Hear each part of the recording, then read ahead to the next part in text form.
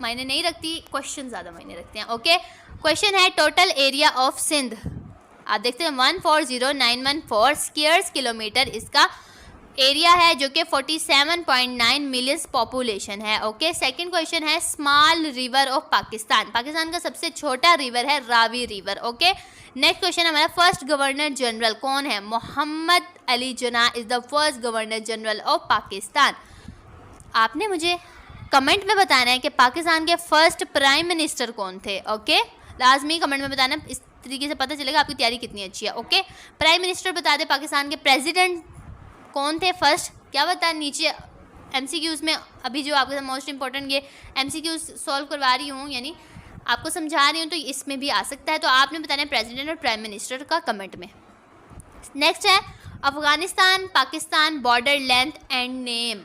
1600 meals यानी 1600 meals उसकी kilometre उसकी लेंथ थी, और 2600 किलोमीटर ड्यूरेंट लाइन पाकिस्तान और अफ़गानिस्तान के बॉर्डर को बोलते हैं. ओके, नेक्स्ट है हमारा question SI unit of charge. Charge का जो यूनिट है वो कॉलम्स है. ठीक है, नेक्स्ट क्वेश्चन है पाकिस्तान बिग लेक. इधर पूछा गया था स्मॉल रिवर, रावी रिवर था.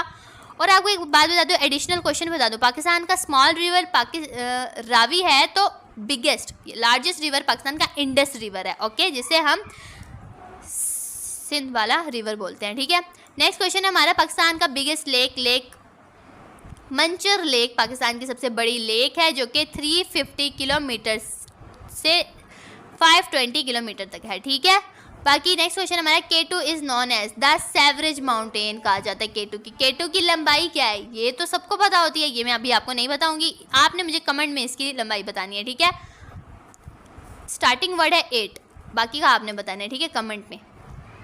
इस तरीके से आप इंगेज रहा करें ताकि आप पता चलेगा आपकी तैयारी कितनी अच्छी है. ओके, नेक्स्ट क्वेश्चन है हमारा non veto country is Germany. Okay, next question है हमारा स्विट्ज़रलैंड ऑफ पाकिस्तान. पाकिस्तान का ऐसा कौन सा सिटी है जिसे हम स्विट्ज़रलैंड बोलते हैं? सवात वैली को हम पाकिस्तान का स्विट्ज़रलैंड बोलते हैं. ओके, नेक्स्ट क्वेश्चन है हमारा AFT stands for automated fund transfer, यानी ये जो इसका स्टैंड होता है आता है ऑटोमेटेड फंड ट्रांसफ़र होता है इसका स्टैंड फॉर. ओके, नेक्स्ट है हमारा क्वेश्चन जी, क्वेश्चन नंबर 11 है मोस्ट ODI, ये थोड़ा इसको हम जूम करते हैं.